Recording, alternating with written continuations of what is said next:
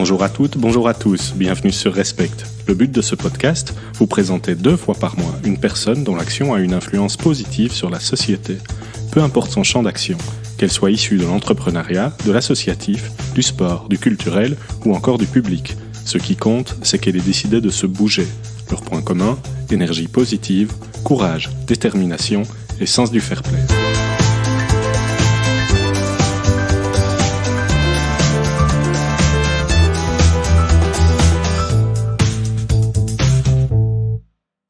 Bonjour, je suis Ruben Pierrart et bienvenue sur Respect. Bonjour, je suis Xavier Teichmann et j'espère vous transmettre une bonne dose d'énergie positive aujourd'hui avec ce podcast Respect. Comme je viens de me présenter, je suis Ruben et Xavier et moi sommes co-présentateurs de ce nouveau podcast qui démarre aujourd'hui avec cet épisode spécial. On a souhaité vous présenter cet épisode pour un peu vous donner les détails sur ce qui nous a poussé à lancer cette nouvelle émission et vous présenter comment ça va se dérouler, un peu vous donner le déroulement du podcast au travers des différentes émissions.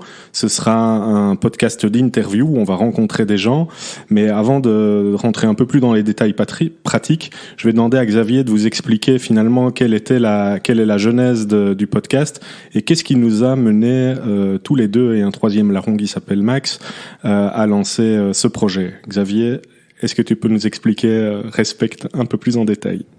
Avec beaucoup de plaisir. Au fait, Respect, ça part d'un constat.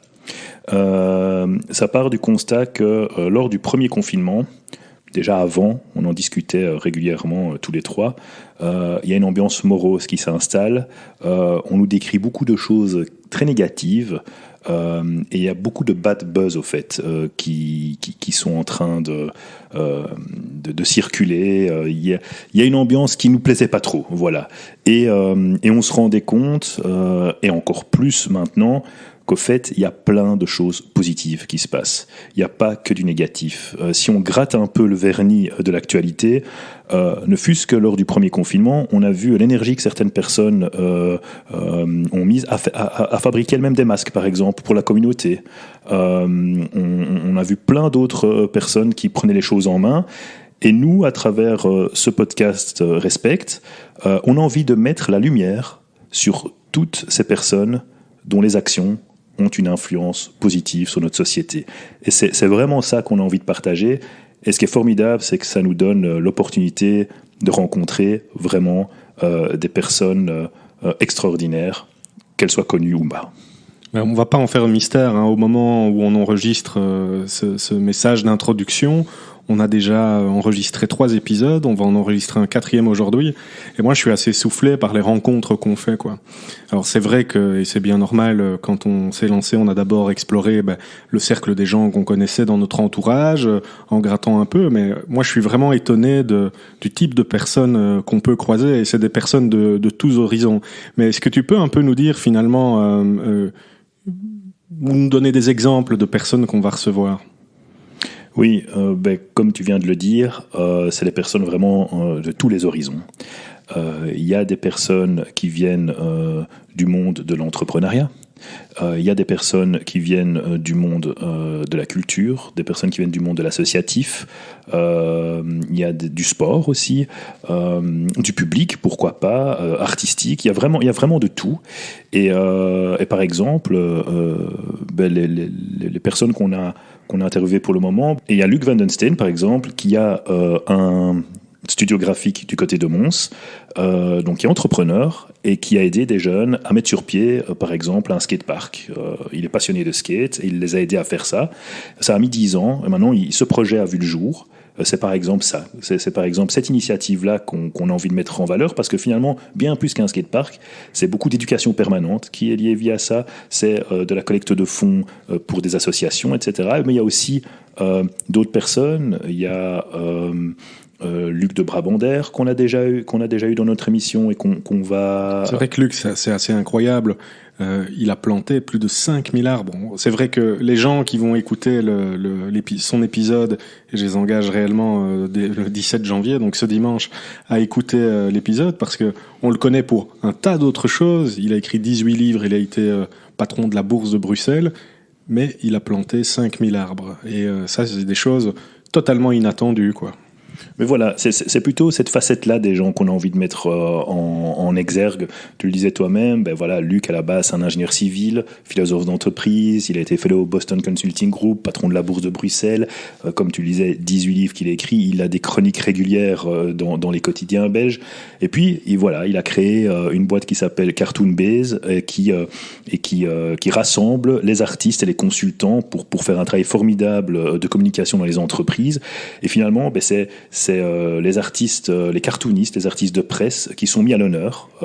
Et ça, c'est quelque chose d'extrêmement positif pour la société. Et puis, comme tu le disais, ben oui, il y a aussi ce projet ou cette envie de construire quelque chose pour les générations futures. Et voilà, il a acheté des terrains sur ses propres deniers. Il y a planté des arbres. Et vous allez voir, ce terrain, il va le mettre à disposition de la jeunesse de sa commune. Enfin, voilà, c'est des choses, on ne sait pas tout ça, et c'est assez intéressant de voir les personnes sous un autre jour, et c'est ça qu'on a envie de mettre en exergue avec respect. Il y aura d'autres personnes, il y aura aussi des entrepreneurs purs et durs, mais qui sont dans l'économie circulaire, ou encore des personnes qui, par leurs actions, ont réussi à changer la donne, comme Jackie X, j'en dis pas plus, on espère pouvoir l'avoir sur ce podcast, il semblerait que ce soit en bonne voie, et voilà, des gens qui viennent de tous les horizons, mais qui ont à chaque fois quelque chose que le public ne connaît peut-être pas, pour ceux qui sont connus, pour les autres, ben, fatalement ils ne les connaissent pas, mais qui ont une action extrêmement positive sur la société, et on a vraiment envie que les personnes que nos auditeurs prennent énormément de plaisir à écouter ça, et surtout que ça leur donne de bonnes idées, et qu'ils puissent se dire, ben, moi aussi je peux contribuer au fait. Ça, c'est évidemment l'idée de départ, mais c'est pas tout. Je pense que les personnes que tu as citées, il y a déjà deux types de personnes. Hein. Bon, Luc de Brabander est quelqu'un, en tout cas en Belgique, qui est plutôt connu, voire très connu. Luc Van den Steen, déjà beaucoup moins. Mais dans nos recherches, et je vais pas en dire plus, il y a aussi des gens qui sont encore moins connus et donc encore moins mis en valeur pour leurs actions positives. Et ces personnes-là, finalement, en quelque sorte, on trouve que c'était un peu injuste de s'apercevoir qu'ils sont pas remerciés, qu'ils sont pas mis en valeur pour leurs actions positives. Donc, bien sûr, le podcast est là pour essayer de participer à ça, mais on s'est dit que ce serait quand même vraiment chouette de leur remettre un symbole de ça. Quelque part, de dire, on est tous dans la même équipe et allons-y, allons de l'avant. Est-ce que tu peux nous en dire plus sur ce symbole ? Oui, mais voilà, tu parles d'équipe, et on a longtemps réfléchi à ce qu'on pourrait donner à ces personnes, parce qu'on a envie de symboliser leur action par, de notre part, un cadeau, tout simplement, une espèce d'award. Et c'est vrai que des personnes plus connues ont l'habitude d'en recevoir. Donc quelque part, pour elles, est-ce que c'est si important que ça ? Pourquoi ? Bof, mais c'est toujours sympa de recevoir quelque chose. Mais pour les autres personnes qui n'ont pas l'habitude d'être mis dans la lumière, on avait vraiment envie de faire quelque chose. Et on se demandait quoi ? Et à un moment donné, on s'est regardé, c'était un peu comme une évidence, on se dit, mais au fait, toutes ces personnes, qu'est-ce qu'elles partagent en commun ? Qu'est-ce qu'elles ont en commun ? Qu'est-ce qu'elles partagent ? Mais au fait, toutes ces personnes partagent le fait de mener des actions positives, et au fait, elles font partie de la même équipe. Et finalement, c'est plus que des actions positives, c'est des personnes qui ont décidé de se bouger, de ne pas attendre qu'on fasse les choses à leur place. Et comme elles n'ont pas attendu qu'on fasse les choses à leur place et qu'elles se bougent, elles font partie de la même équipe, c'est cette équipe-là. Et qu'est-ce qui représente une équipe ? Finalement, c'est le maillot, c'est le t-shirt, c'est le polo. Et on s'est dit, bon, on va pas faire un maillot, voilà, on peut pas porter ça au quotidien, on va pas faire un t-shirt, il y a déjà plein de t-shirts possibles, imaginables. On s'est dit, on va faire quelque chose qui est on va pas faire une chemise non plus, c'est peut-être un peu trop classe entre guillemets. Et on s'est dit, tiens, entre les deux, qu'est-ce qui passe partout ? Qu'est-ce qui va avec tout ? Qu'est-ce qu'on peut mettre un peu tout le temps ? Et puis, au fait, quand on en discutait, c'était en été, on avait chacun un polo. Et on s'est dit, on va leur offrir un polo. Et pas n'importe quel polo. C'est un polo qui ne sera pas à vendre. C'est un polo qu'il faudra mériter. Et avec un chouette logo dessus qu'on est en train d'élaborer, et avec quelques spécificités. Et chaque personne se verra recevoir ce polo, qui sera en plus très certainement numéroté et qui leur correspondra. Et donc voilà, ça c'est ce qu'on avait envie de faire, c'est symboliser le fait que ces personnes appartiennent à la même équipe par un super polo qui soit avec un chouette logo, vraiment. Je vais pas dire le polo des héros, ça ferait un peu space, et puis voilà, on va pas exagérer. Ces gens ne sont pas des héros, mais ils contribuent vachement à la société, et donc voilà, c'est notre façon à nous de les remercier, c'est de leur offrir ce polo, en toute humilité évidemment. Vous découvrirez encore beaucoup de choses dans les semaines à venir. Nos premiers épisodes vont sortir le dimanche 17 janvier dans la matinée. On va sortir 3 épisodes en un coup. Et ensuite, le rendez-vous est fixé 2 épisodes par mois, soit 1 tous les 15 jours. Je vous engage à vous rendre sur le site rspct.io, rspct.io, et à vous abonner à notre newsletter pour rester au courant des sorties, des nouveaux épisodes. Oui, Xavier. Mais au-delà d'aller sur le site et de s'abonner à la newsletter, c'est vrai que sur le site, vous trouverez aussi des articles de blog consacrés à ces personnes. Parce que ce qu'on a déjà remarqué, c'est que quand on prépare le podcast, qui est fait en une traite, il n'y a pas de coupe, on y va à fond, et vous verrez que c'est parfois très amusant. C'est tout dans la sincérité. Voilà, c'est exactement, c'est dans la sincérité, il n'y a pas de montage. Et ce qu'il y a, c'est que parfois, avant, il y a du off.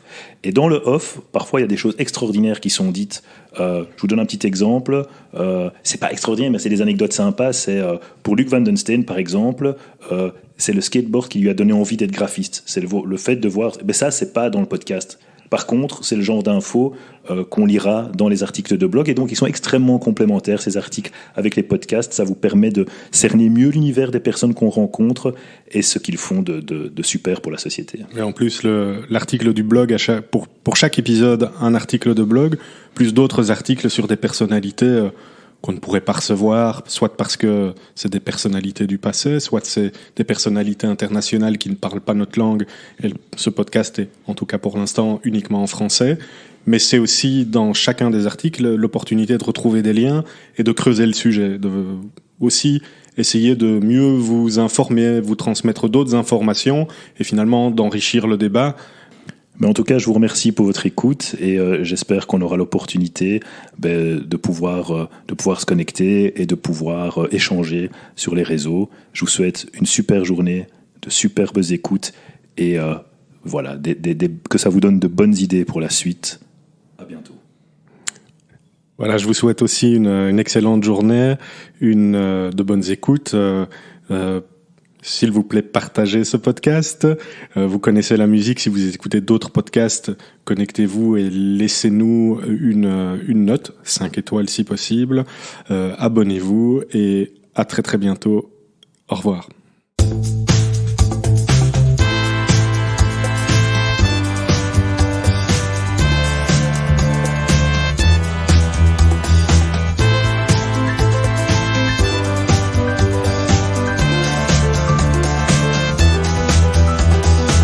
Si cet épisode vous a plu, pensez à le partager à 3 personnes.